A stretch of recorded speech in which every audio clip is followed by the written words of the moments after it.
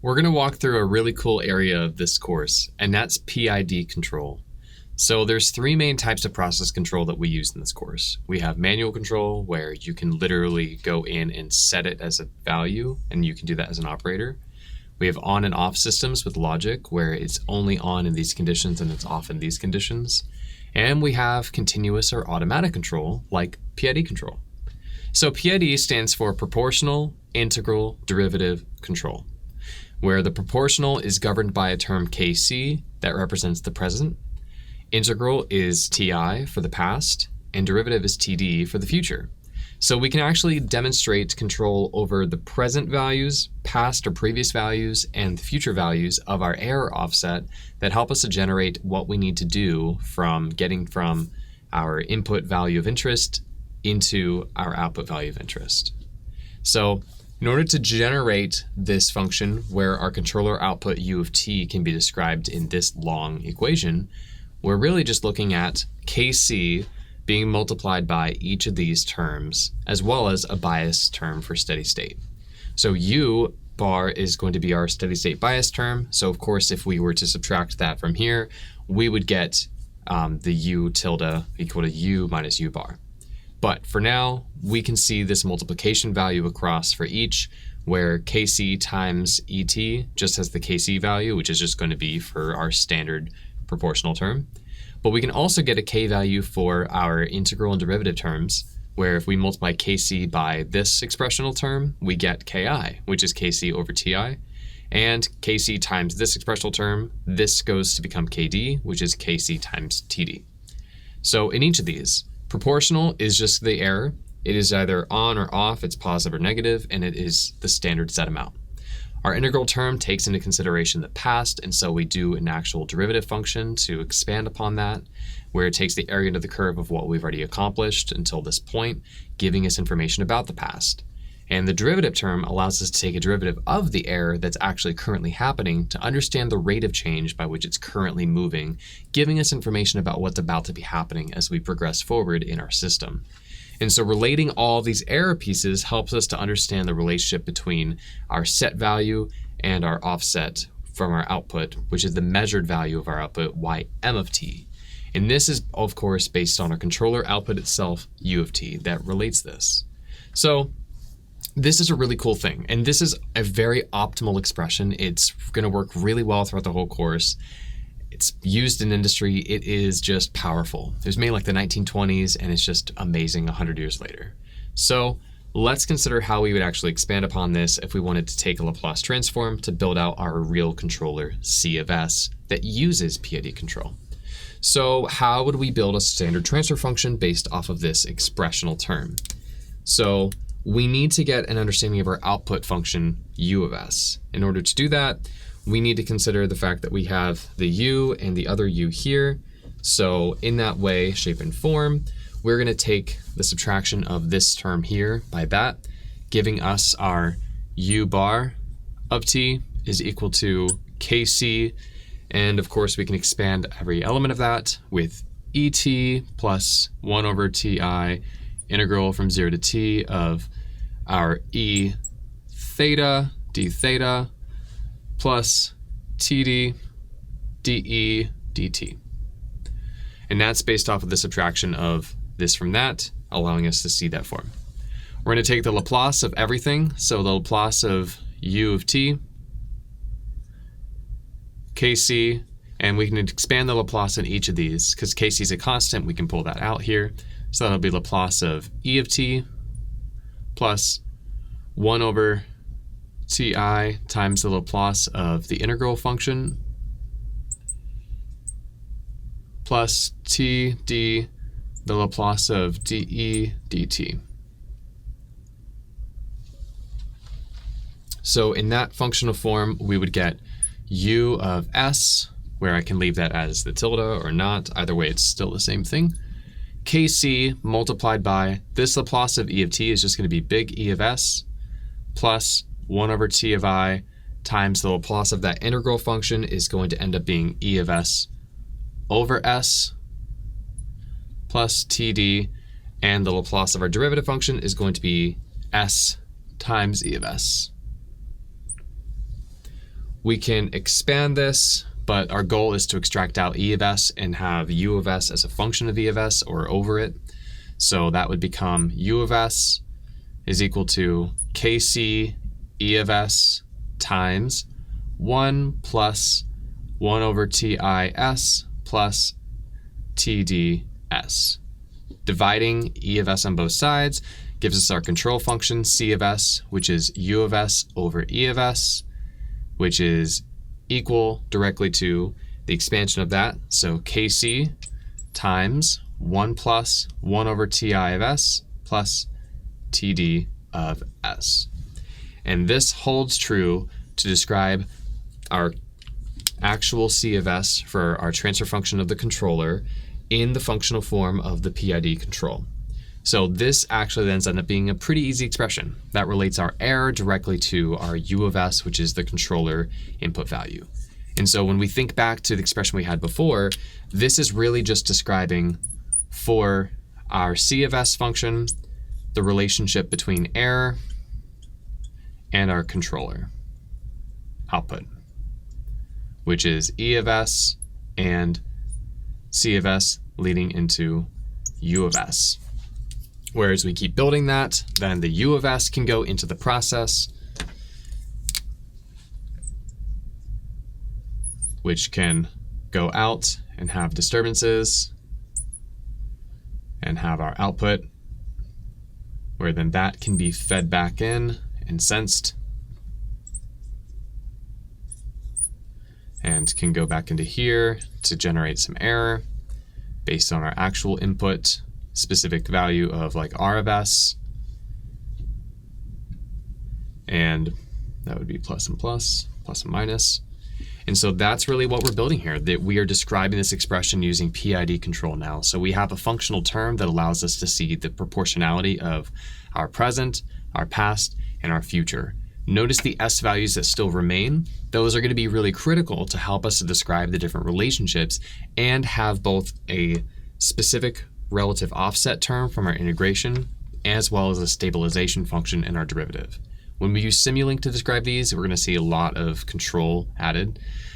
We're really just seeing that we're getting to the output faster and with a more stable expression.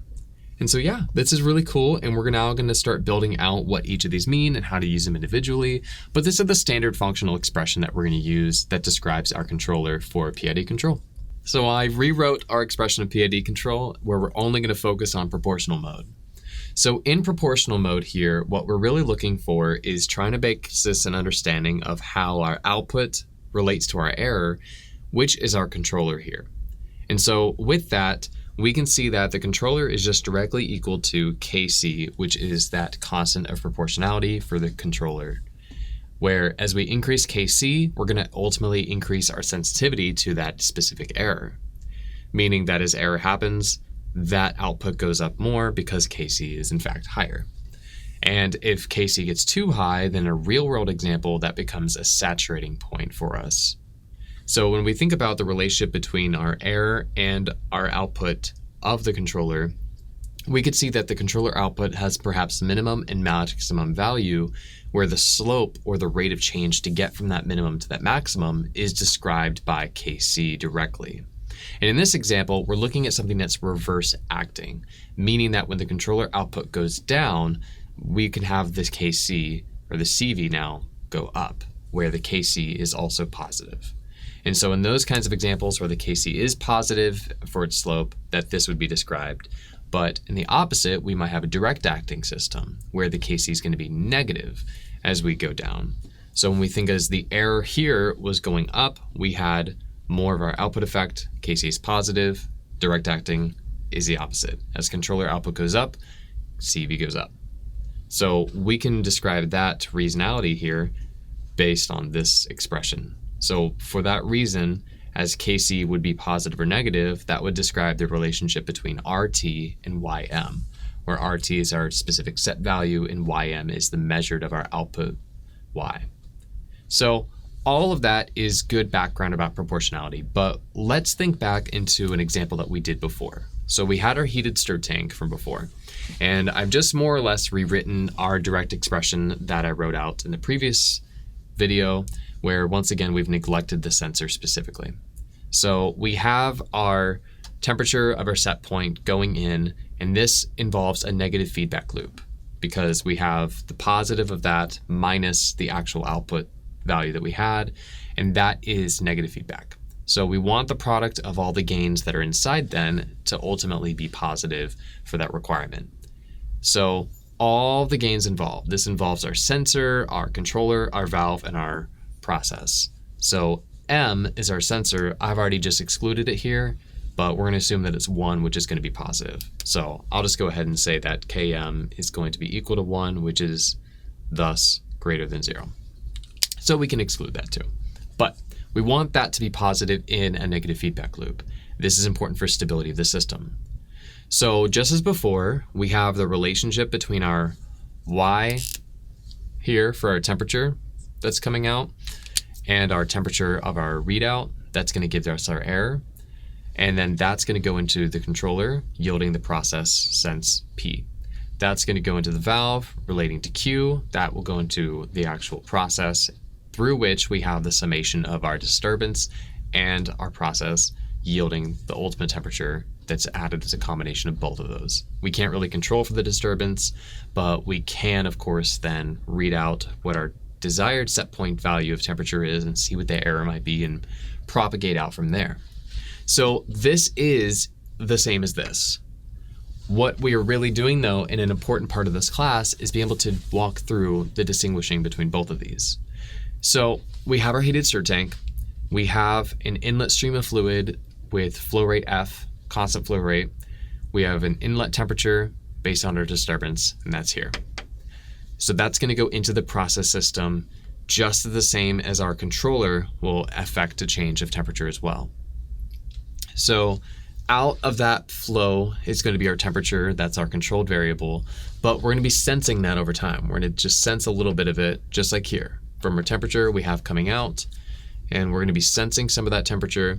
That will lead us into a distinguishing conversation of our error. So we have the preferred set point and we have the actual temperature. That will then yield the error that goes to the controller. Now the controller is going to actually send out a signal to this valve, which is going to lead to changes in our process through the actual change in our manipulated variable U. And that is going to, in this case, be based on Q, which is going to be the steam for that tank.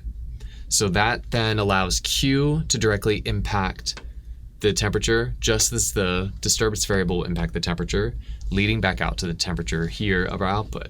And this is going to be continuous. We're going to take that information in to change Q. So as we reach a set point, then over time, this might have a disturbance that will lead us to need to increase or decrease Q accordingly. Now, we can think of these in standard relationships of temperature. So say that we want the temperature to be, set here, and we're working on that. As some of this comes in and it's too hot, naturally this is going to start to increase. So we would want to change that by decreasing the amount of steam, but maybe we've decreased it too much and it has to go back up. And we are going to be thinking about that as a relationship of our error, because we have a specific set point of interest. And thus, we can think of the delta of T's, so our error itself is we're trying to decrease that over time. So error as a function of time, we're going to try and decrease that error as much as we can to keep the error back down to 0, where the temperature is equal to TR, and that's our goal. So our controller output signal, which is P of T, is going to be setting the valve position, and our reference temperature is, of course, our desired temperature set point. So this is our, in this case, temperature, and this is, in this case, TR, and that would be our function of error. We would have our output U, which is based off of Q being changed, and our steady state value of Q that we would normally have, and our actual controller proportionality constant Kc. So we can describe some transfer functions about this system. We can see the process transfer function is going to directly relate our temperature output to our Q going in. Our disturbance variable transfer function is going to actually be relating our temperature output to the disturbance temperature inlet, Ti. We can also see that the controller is going to be relating our process P sorry, I meant signal P of our output of the controller to our air, and our valve is going to be relating the valve Q to the P, which is the output signal from our valve position. And so for all those together, we are needing to consider a couple of examples. So we want to make sure that this remains true. So we've already said that Km is going to be 1, so that can be excluded. Kp is also going to be equal to 1. And so with Kp being equal to 1, we're really going to be considering the valve itself as well as Kc. And so the reason that Kp can essentially be greater than, well, I'm going to call it 1, but it can be greater than 0 is because of realistic conditions. And so what I mean by that is the process itself is going to be positive for its gain. As we increase Q of T, or the steam, we're going to increase the temperature of our system, which means it's going to be increasing our temperature outlet, or CV. So that increase will proportionally respond to another increase, and thus our controller is going to be changing to go down as this goes up as an accordance of that, allowing that to be positive. So we are going to be in this negative feedback loop only in that case where that is true, and thus we're going to assume that Kp is also greater than 0. So what we're really thinking about here is, okay, Kc and Kv have to be greater than 0. And we want that to be true. We can consider two cases of Kv where we might have a fail close, and that's where Kv is going to be greater than 0, as well as a fail open where Kv is going to be less than 0. And so these, when I took this class, actually confused me a little bit because of the terminology. So fail close means air to open. Fail close literally means it is going to fail in a closed position. And you need air in order to open it. You need a pneumatic valve to open it. So it's going to naturally close naturally. And as you add signal to open it, it will add air to open it, but it's going to fall back and fail in a closed position. And that is going to be Kv is greater than 0, such that the gain is going to be greater than 0 because you need a positive amount of signal in order to get a positive amount of flow. As you add signal, you get flow. It's going to fail close, but air to open. So I'm going to write out air to open next to it. At the same time, fail open means it's always going to be open, but you have to add air to actually close it. So this is that negative control. So as you do one thing, you get the opposite. As you add air, you add something positive, you actually get less of something. So this is going to be air to close. Think of them in a literal form, failing in an open position. And that's going to be Kv less than 0. So for this kind of system, therefore, we would really want to make sure that we're going to be in the fail closed position specifically, because that's going to allow this to be greater than 0. And we can even think of this with safety. So say that this is a heated stir tank and there's an exothermic reaction happening inside of here. Well, we would want to see in the situations that what are we doing to help with that. So if it's exothermic, then our logic states that we would want Q to not be steam, but cooling amounts of temperature. So it's going to be like an ice bath or cool liquid flowing through.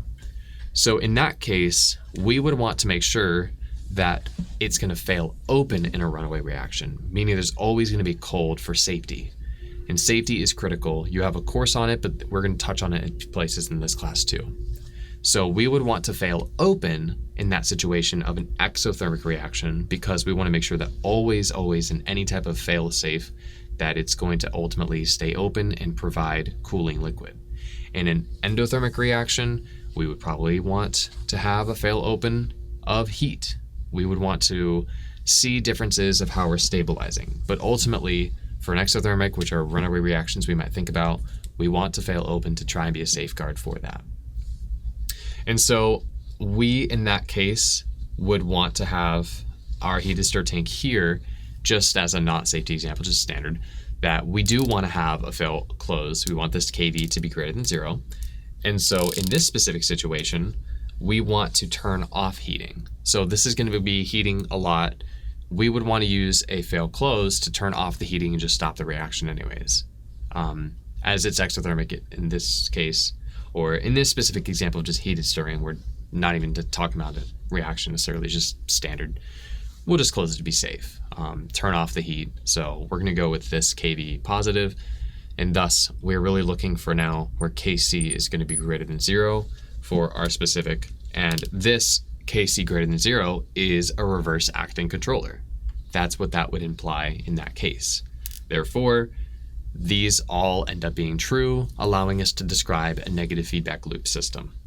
As we analyze the dynamics of our closed loop system, we're actually going to walk through with a potential step function.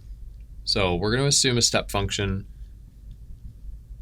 where this is just going to be based on Ti of t is equal to the change in t that would be proportional multiplied by our step function of interest. As we do the Laplace transform of that, we would then say, well, the Laplace of Ti of t is going to be equal to Ti of s equal to delta Ti over s. And we are also going to take a couple of assumptions. We're going to go ahead and just state that we assume Tr of t is equal to 0, meaning that by Laplace, Tr of s is also going to be equal to 0. So our set point reference temperature of interest that we're looking at is we're going to set just to be equal to 0. So we had the combination of all those elements. We said before that also GC times GV times GP times GM must be greater than 0. We went ahead and we already set GM to be equal to 1, but we can also neglect the valve dynamics. So we can set GV equal to KV equal to 1, and we can also consider the process specifically. Now, way back in an earlier lecture when we walked through this example, we walked through the energy balance before. And so the energy balance that we walked through, we eventually got to an interesting dynamic approach. We didn't necessarily realize it, but when we stated TS over QS, we saw that it was equal to KP over TS plus 1. And that is in fact GP of S. But we also saw that when we described the disturbance, TS over TI of S, that was just 1 over TS plus 1, which is the disturbance variable. Because we said ultimately that TS was a function of both of those. It's functionally proportional to the relationships of these two equations. And so I am in the way. We have already seen that those are true from when we actually walked through those energy balances in the previous examples where our mass balance was constant, but the energy balance did change based on our disturbance and our controlled and our manipulated. So that's CV over MV, that's CV over dV, and we express those relationships accordingly. And so if you wanted to be more specific, we could say that that is the TPS plus 1 and the TDS plus 1, but that might get kind of confusing for proportional time versus like derivative time. So we're not going to do that. We're just going to call them both T, and this is just going to help us to easily relate the transfer functions of both of those expressions as first order functions, where the gain value on top, what could be like KD, is going to be equal to 1, and KP we have yet to set. But in this way, we have already now been able to set a couple of functional relationships. Furthermore, when we thought about the loop and what's happening in those loop dynamics, you can see similar approaches. Where notice here, this is really just based off the loop of Kp being the only functional value of the process, and this loop has 1 over the same value of what's going on inside the loop. This is going to be a constant theme, and so based on the former example, what I'm getting to with that is when we actually think about how to write this out, remember, we're always focusing first on this piece, and we're describing that temperature is equal to the relationship of that plus all of that, and that we have some transfer function value we'll call T1 of S times TR of S plus T2 of S times our functional value here, which is going to be our GD times TI. And now we had all that huge expression from before, and we thought of it as the complementary sensitivity in the sensitivity function, where we thought of it as, in this case, T of S is equal to, in that case, temperature and complementary are bad, perhaps, but I'll call that TS complementary times TR of S plus S of S or standard, not complementary, times GD of S, TI of S. But when we thought about these in more depth, we saw that our TS is actually really the full sum. It's all the things on top over 1 plus all the things on top. Thus, TS is going to be GC, GV, GP over 1 plus GC, GV, GP times TR of S. Because that's the loop. We already finished building the loop. We saw that it's everything inside the loop. And it circles back around. It's just the loop. And we add that to 1 over 1 plus GC, GV, GP. And that's because we're not in the loop here. We are not actually in it, but we're approaching it. And that is going to be multiplied by GD TI.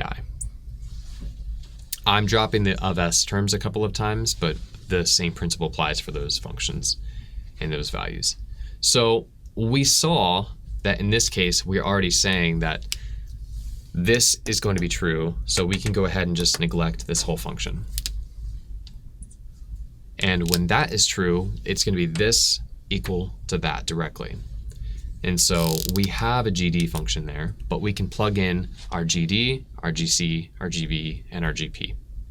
So TS is going to now be equal to GD TI of S over 1 plus GC, GV, GP. And we saw that GV is going to be equal to 1. We said that GD is going to be this function. We don't necessarily know what the TI function is outside of this piece, in that we don't know what delta TI actually is, perhaps, but we can relate it as it is. And our GC value we've already described previously because we're using the proportional control, and our GP we've also already described previously as KP over TS plus 1. Therefore, TS is equal to 1 over TS plus 1 times TIS all over 1 plus GV is 1. GC is going to directly be now our KC, which is now a KP. So KC would be the relationship of our controller, but our controller is that. And then GP is going to be the alternative. So now we have KP, KC over TS plus 1. And that's all multiplied by TI of S. Now, this looks messy, but we can resolve this for the form of something over 1 plus something. And we want those to match. We want those to try and look very similar. So in reality, what we're going to be trying to do in this case is we're going to multiply everything by TS plus 1 over TS plus 1. And we're going to get TS equals, when we multiply that out, that becomes 1 over all of those. And so remember, the top piece is multiplying over by the top piece. So TS plus 1 over TS plus 1 is just 1 over, and the bottom piece multiplies out to both parts. So that's going to be TS plus 1 plus multiplies out KP KC times TI of S. We can now divide both sides by 1 over KP KC plus 1. So we're trying to group this specific term now so that we can pull that piece out over 1 over KP KC plus 1. And that makes TS equal to, in that case, 1 over 1 plus KP KC over, in this case now it's going to be T times S over 1 plus KP KC plus 1 times TI of S. We can call a new value K1 equal to 1 over 1 plus KP KC, and thus we can relate this as T of S is now K1 over T 1 of S plus 1, where T1 is going to be similarly functionally equal to T over 1 plus Kp Kc. And that will relate our temperature value approximately. Now, we can actually then go ahead and try and evaluate for Ti of S. So we already saw what Ti of S was. We can plug that in directly, and we can use the FVT, or the finite value theorem, in order to solve for what that final value will ultimately be. So to do that, we're going to go ahead and say, okay, well, let's take the limit as t goes to infinity for T of t. That will be the limit as s goes to 0 for s times T of S, which is going to be the limit as s goes to 0 for s times, this is going to be K1 over T1s plus 1 times Ti of S. That's going to be delta T over S. Those s's cancel.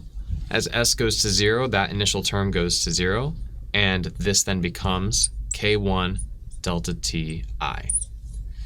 And that's going to tell us essentially, implying the left-hand pole of this is going to be greater than 0, that this is going to be true. And that we are going to say that as the temperature goes to infinity for this, temperature as time goes to infinity for this, that will give us a final estimated value as K1 delta Ti. We can also evaluate offset for the error specifically, where the offset of our error we can solve as the relationship of the TR minus T, because as before, we're looking at that error function, where error is going to be equal to TR minus T. And so we have functional values of those. We can say that offset is equal to our error function as t goes to infinity. And that's just going to tell us how much offset means, like difference of the expected that we actually got from our finite value theorem.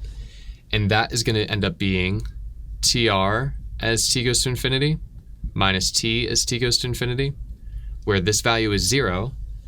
And we just solved for what t as t goes to infinity is. Therefore, our offset is going to be equal to negative K1 delta Ti. Now we can plug in what the K1 is, because we already know that it's 1 over 1 plus Kp Kc, and we can see that the offset then is going to be related to that delta Ti negative over 1 plus Kc Kp.